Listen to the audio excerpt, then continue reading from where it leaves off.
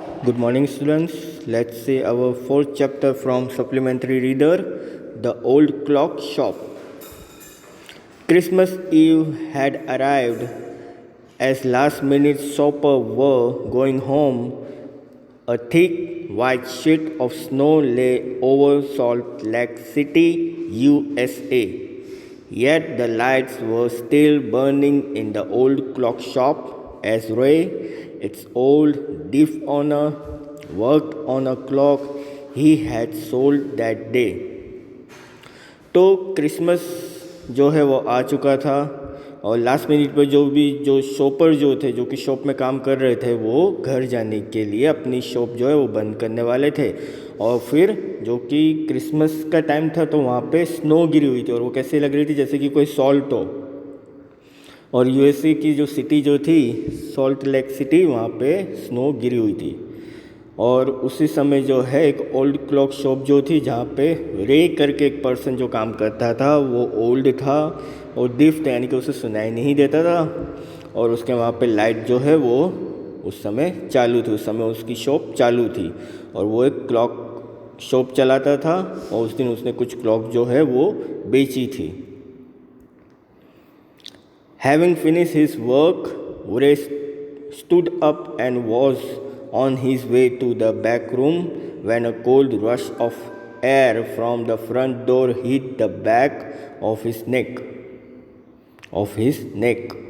तो जैसे उसने अपना काम पूरा किया उसके बाद रे जो है वहाँ से खड़ा हुआ, फिर वो अपने बैक रूम में गया। तो जैसे वहाँ पे वो गया तो सडनली जो है एक कोल्ड रश ऑफ एयर, यानी कि एक ठंडी हवा जो है फ्रंट डोर से आई और उसके बैक की जो नेक थी उस पर टच हुई। He turned to meet a last-minute shopper, but his old wise eyes told him that this was not a shopper. He saw two men, one in his 20s, the other closer to 50. तो जैसे वो turn हो तो उसको पहले तो last minute में ऐसा लगा कि कोई शॉपर है, लेकिन क्योंकि वो ओल्ड था तो उसकी आंखें जो है उसी समय उसकी आंखों ने ये बोला कि वो शॉपर नहीं था। तो वो कौन थे? तो दो आदमी थे, उनमें से एक जो था वो 20 एज का था और दूसरा जो था वो 50 की एज का लग रहा था। The younger man remained at the door, तो जो 20 एज का जो था वो डोर के पास ही खड़ा रहा। The older man approach the counter with no sign of friendliness in his eyes. तो जो ओल्डर वन जो था जो 50 एज का लग रहा था वो काउंटर पे आया और ऐसा कुछ भी साइन नहीं लग रहा था कि वो उसका नेचर जो है वो फ्रेंडलीनेस हो, उसकी आंखों से ऐसा बिल्कुल नहीं लग रहा था। Ray was able to hide his growing fear as he slowly pushed a notepad and a pencil across the counter. तो रे जो है वो अपना जो फियर यानी जो उसको थोड़ा बहुत डर लग रहा था उसको उसने छुपा के रखा हुआ था। उसके बाद उसने धीरे से जो है अपना एक नोटपैड और एक पेंसिल जो है काउंटर की ओर उसने पुश किया। He smiled at the unfriendly face, then pointed to his ears and shook his head from side to side. उसके उसने धीरे से अनफ्रेंडली जो है उसे स्माइल किया अनफ्रेंडली फेस से। उसके बाद फिर धीरे से उसने अपना हेड जो है वो साइड टू साइड जो है वो मूव किया। A quick look of surprise change the man's face as he studied the notepad.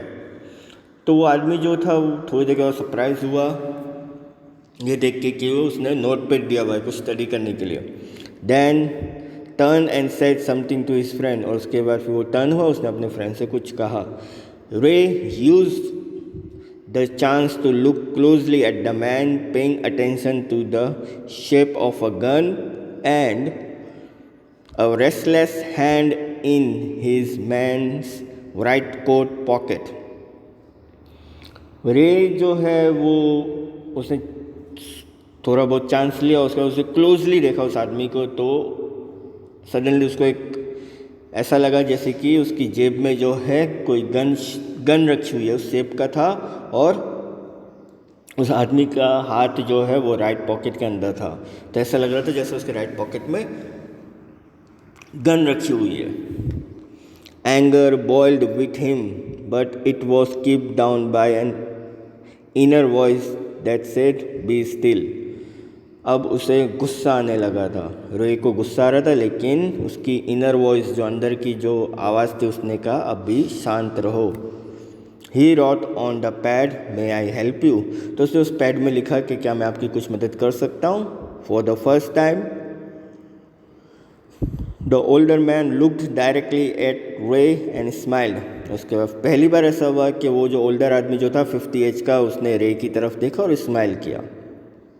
A cruel mocking smile, और एक तरह से ऐसा लग रहा था जैसे कि बहुत ही वो फेक स्माइल होती है ना, वैसे दे रहा था।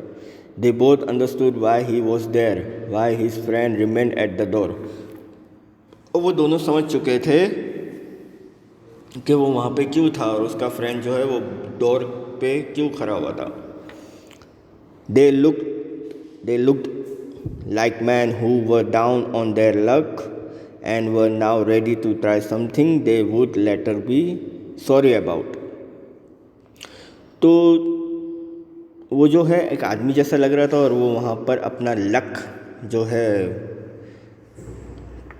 अपने लक के बारे में सोच रहा था और फिर वो रेडी हो चुका था कुछ कहने के लिए उससे पहले कि वो सॉरी बोले।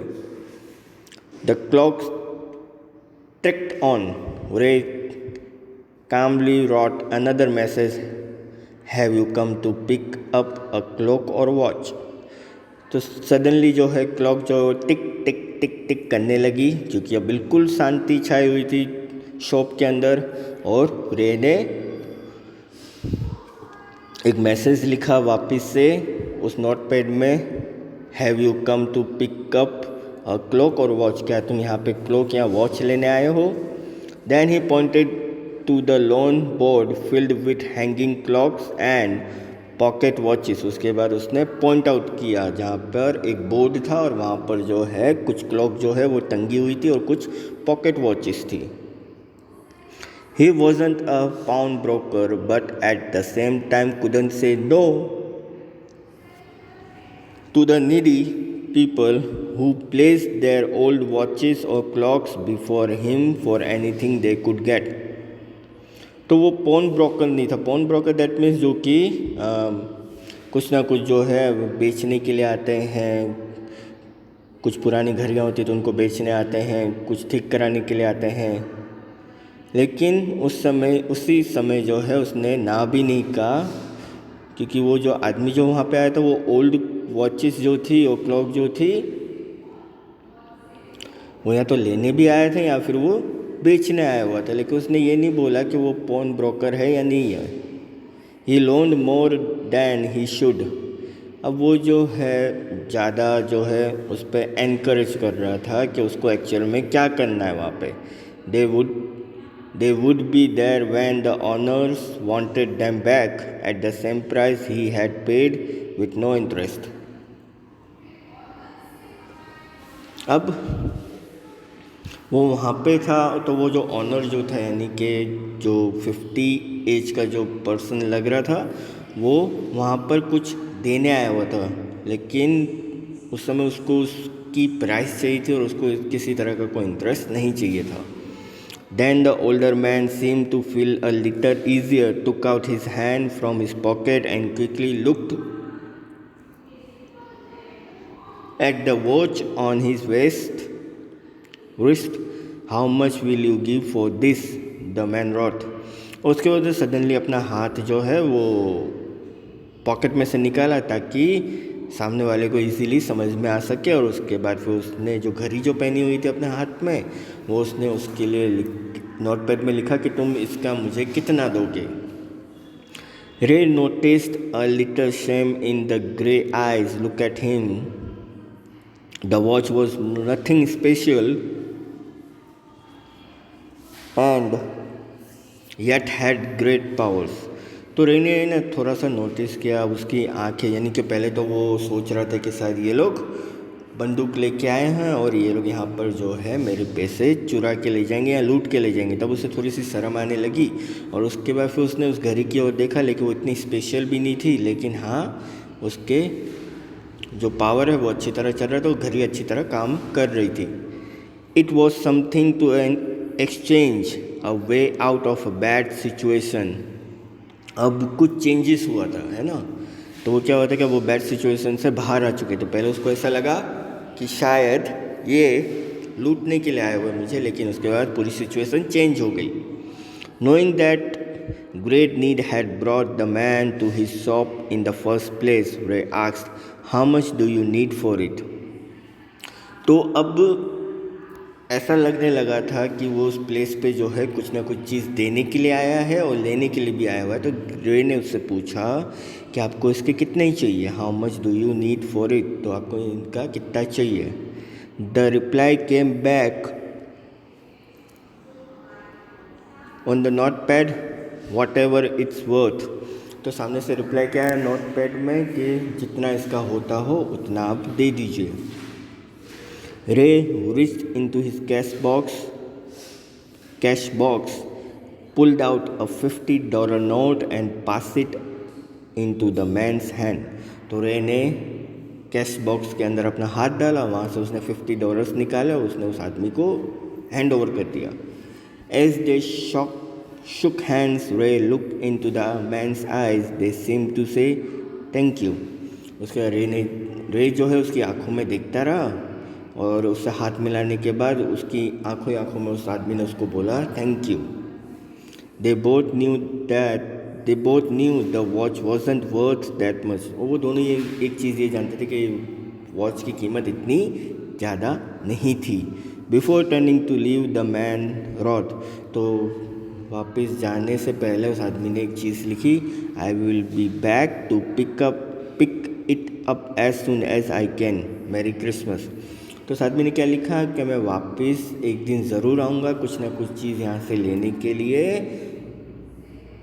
Mary Christmas. तो उन्होंने उनको मैरी क्रिसमस बोला। The little story ended on the half hour with the clock striking all together. तो ये स्टोरी जैसे ही एंड होती है हाफ एन आवर के अंदर, तो क्लॉक जो है वो एक संग बजना शुरू हो जाते हैं। The time pieces which had been looking on silently at all the while rang out the time with such feelings that even Ray thought he could hear them. तो वो जो टाइम जो था जहाँ पे बिल्कुल ही साइलेंट था, जहाँ पे उसे पहले लग रहा था कि शायद ये बंदूक लेके आए, लेकिन उसने फिर वो घड़ी बेची। घड़ी बेचने के बाद आधे घंटे के बाद जैसे ही बेल बजना शुरू हुआ क्लॉक में, तो रे को ऐसी फीलिंग आ रही थी, वो ऐसा सोच रहा था कि वो जो बेल जो बज रही है क्लॉक की वो उसे भी सुन पा रहे। Their sweet musical message was filled with hope. तो एक कितना प्यारा सा म्यूजिकल मैसेज जो है वो फिल्ड होता है होप के साथ। The timeless message of peace on earth good wills towards all. तो एक टाइमलेस मैसेज होता है ना कि अर्थ पे जो है शांति छाई हुई है, अच्छा करोगे तो अच्छा मिलता है हमेशा। Was filled by the 3 men who stood in the old clock shop. तो कैसा फील हो रहा था कि वो जो 3 आदमी जो थे जो कि ओल्ड क्लॉक शॉप पे थे, तो एक तरह से बहुत ही अच्छा फीलिंग आ रहा था कि मीन्स वो वहाँ पे अपनी घड़ी बेचने आए थे और उसके बाद फिर उन्होंने बोला कि मैं एक ना एक दिन ज़रूर आऊँगा वापस और यहाँ से मैं कुछ ना कुछ चीज़ लेके जाऊँगा। और फिर उन्होंने उनको स्माइल दिया और उनको मैरी क्रिसमस बोला। तो कितनी अच्छी फीलिंग आती है कि जहाँ पे उन्हें पहले डर लग रहा था ये सोच के कि शायद ये यहाँ पे कुछ लूटने के लिए आए, लेकिन ऐसा कुछ था नहीं। तो यहाँ पे आपकी जो स्टोरी है द ओल्ड क्लॉक शॉप वो यहाँ पे कंप्लीट होती है। इसके रिगार्डिंग अगर कोई भी क्यूरी या कोई भी डाउट हो तो आप मुझे कॉल कर सकते हैं। Thank you.